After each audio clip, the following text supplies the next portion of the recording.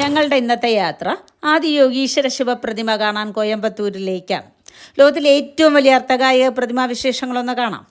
ആത്മീയാചാര്യൻ Jaggi വാസുദേവൻ്റെ കോയമ്പത്തൂരിലെ Isha foundation കേന്ദ്രത്തിലാണ് ഇത് സ്ഥിതി ചെയ്യുന്നത്.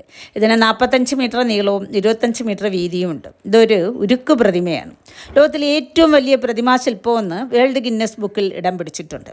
ഇഷ ഫൗണ്ടേഷൻ്റെ സ്ഥാപകനും തലവനുമായ സദ്ഗുരു രൂപകൽപ്പന ചെയ്തതാണ് ഈ പ്രതിമ. ഈ പ്രതിമയ്ക്ക് 500 ടൺ ഭാരമുണ്ട് എന്നാണ് നിഗമനം. ഇതൊരു വ്യക്തിയുടെ ഛായാചിത്രമാണ്. ഇത് ഹിന്ദി ദൈവമായ ശിവഭഗവാനെ പ്രതിനിധീകരിക്കുന്നു. കോയമ്പത്തൂരിൽ നിന്നും 30 കിലോമീറ്റർ ദൂരം വെള്ളിയാങ്കിരി മലനിരകൾക്ക് നടുവിലായി ഈ ആദിയോഗി ശില്പം കാണാം. ദൂരെ നിന്ന് കാണാൻ വലിയ മനോഹരമാണ്. ഏക്കർ കണക്കിന് സ്ഥലമാണ് ഇതിനകത്ത്. എപ്പോഴും നല്ല ജനത്തിരക്കാണ്. ശിവഭഗവാന്റെ കഴുത്തിൽ അണിയിച്ചിരിക്കുന്ന മാല ആയിരക്കണക്കിന് രുദ്രാക്ഷങ്ങൾ കൊണ്ടുണ്ടാക്കിയതാണ്. പെട്ടെന്ന് പണി കഴിപ്പിച്ച ഒരു അർത്ഥകായക പ്രതിമയാണിത്. സ്റ്റീൽ മെറ്റൽ കൊണ്ടാണ് ഇത് ഉണ്ടാക്കിയിരിക്കുന്നത്. ഇവിടെ നിന്ന് ഉള്ളിലേക്ക് പ്രവേശിച്ചാൽ യോഗ സെൻറ്ററുകളും അമ്പലങ്ങളും താമസ സൗകര്യങ്ങളും എല്ലാം കാണാം. പക്ഷേ ഇതിനകത്ത് ഫോട്ടോ അലൗഡ് അല്ല. ഞങ്ങൾ അവിടെ നിന്നും യാത്ര തിരിച്ചു. ഞങ്ങൾ കാളവണ്ടിയിലാണ് പോയത്.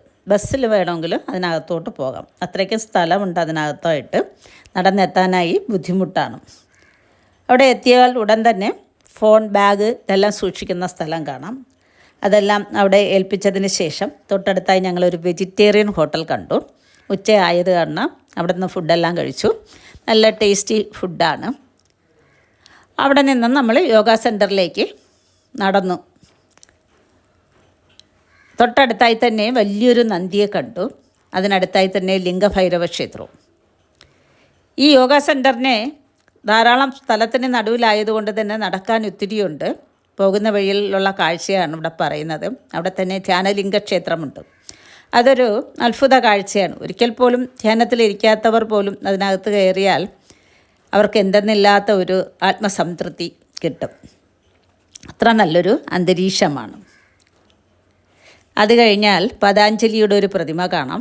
അതിനടുത്തായി തന്നെ ചന്ദ്രകുണ്ട്, സൂര്യകുണ്ട്, അവിടെ സ്നാനം ചെയ്യാനുള്ള സൗകര്യമുണ്ട്. പിന്നെ മറ്റൊരു പ്രതിഷ്ഠയും കാണാം, വനശ്രീയുടെ. ഇത്രയും മനോഹരമായ കാഴ്ചകൾ കണ്ടുകൊണ്ട് ഞങ്ങളുടെ മടക്കയാത്ര നടത്തി. അതിമനോഹരമാണ്. ഒരിക്കലെങ്കിലും നിങ്ങളും പോയി കാണുക.